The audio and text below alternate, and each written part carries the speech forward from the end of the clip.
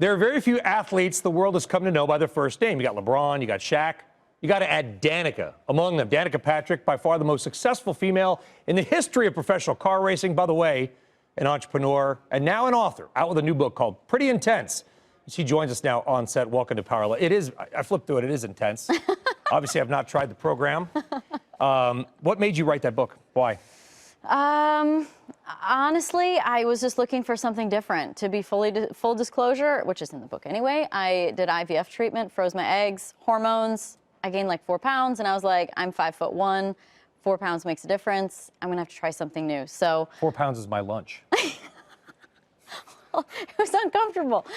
Think about it. The last 4 pounds are always the hardest anyway. So I feel like I had to lose the hardest weight. Yeah. But I mean, it works for everybody. There's people on the program. I did a focus group test with 700 people. I mean, there were people that lost 15, 20 pounds in the first like 2 weeks. How? I mean, it's is it protein based? You get out the car. The book seems to be broken into thirds. You've got sort of a third workout, a third eating, and a third sort of holistic yoga mindfulness. Yeah, it starts off with the mind. Okay, so how do you lose? But losing weight is just math. You're working backwards. You got to start with the mind. The mind is the first thing. So getting that right, and I feel like it's just this new area that we're starting to get into as a society more and more is how it works and how powerful it is, and you know, everything from, you know, your thoughts. If your subconscious is listening to everything you say and it can't tell the difference between truth and a lie, you better tell it the right things. What do you mean by that?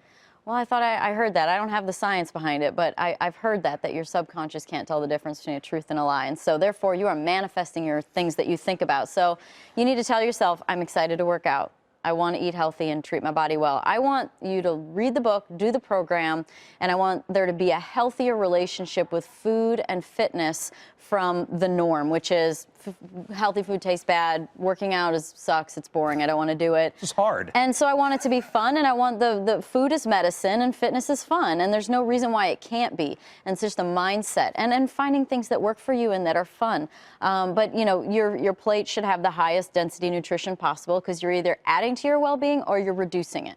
If it's not made by the sun, it's not going to help you be better overall. Okay, if it's made in a factory. Okay, I'm going to push back, though, because you are a professional athlete. And by the way, yes, car racers are athletes, right? It drives you bonkers, probably, they don't realize. It's obviously hot, especially in a stock car. I mean, it's 130 or 40 degrees inside the car.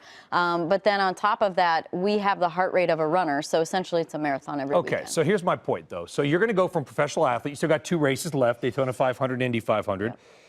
To professional entrepreneur. You've got wine, you've got the Warrior clothing line. I'm sure you've got more businesses in the works, and people have talked about TV. Yep. How are you going to manage that schedule and all the stuff in your book while building a brand and a business? Because that's our viewers, I'm guessing that's their challenge. They're like, I want to do this stuff, but I'm working. I got the kids, I got soccer, I got all this stuff. I don't have the time. Yeah. Well, my primary job is going to be a huge reduction in time. I mean, to go from 38 out of 40 weekends a year, which on top of the race weekends themselves, there was, you know, sponsor obligations and all kinds of other things that you had to go do. So taking that out of the equation is going to free up a lot of time. So I still made these businesses, but now I'm going to get to really get into them much deeper and, you know, go to events for my winery, you know, go to more book signings, you know, hopefully write more books, you know, develop the clothing line even more, maybe go to some fashion shows and work with the designers on fabrics and actually be there with them. These are all things that I'm really excited to do. So, you know, retirement was something that, while at first seemed really scary, but once the more I thought about it, the more I was like, Danica. That doesn't sound... No, sounds like you're really ramping up. You're just retiring from one thing to the other. Yeah. Let's talk about racing. I love that. Thank you. You're welcome. You can put that in the next book, in the forward. You want to write my forward for me in the next book? No, I'm a terrible writer. How do we, I don't want to say the term fix racing, because the NASCAR folks and IndyCar folks that I know would probably scream at that.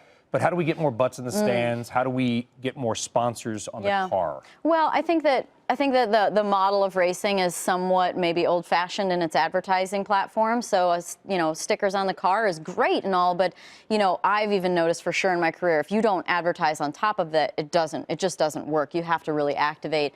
So then you think about getting in the stands, and it's difficult. It costs money. You know, the ticket prices haven't gone down, and gas prices haven't gone down, hotels, I mean, all that stuff. But what has gone up is your accessibility at home.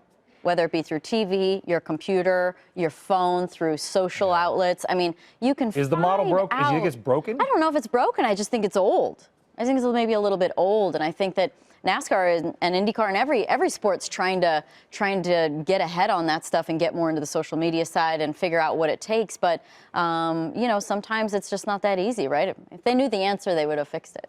You have a TV show coming? I know you said you would like to host a cooking show. Oh, I'd love to. Yeah. Have you been approached, or can you break some news? No, we're working on some concepts right now. Yeah, it's about working with the concept. It used to be, you know, I've done this before and concepts have come to me and it had to kind of fit the schedule, but now it doesn't need to fit the schedule. It can be the schedule. So it's kind of shifted a little bit more towards what makes the most sense, what's going to be the most fun, what's going to be the best show. So what do y'all want to see out there? There you go. What do you want to see from a cooking show? Tyler, I like what she just did. Remember, you ever see Caddyshack, Tyler, where he's at be the ball? You just said, don't fit the schedule. Be the schedule. Inhabit it. That can be the schedule, Tyler. Danica Patrick, is a real pleasure. Thank you so much. Good luck. We'll see you at Daytona and at Indy next year, okay? Thank you so much. Good luck and everything. Hey there, thanks for checking out CNBC on YouTube. Be sure to subscribe to stay up to date on all of the day's biggest stories. You can also click on any of the videos around me to watch the latest from CNBC. Thanks for watching.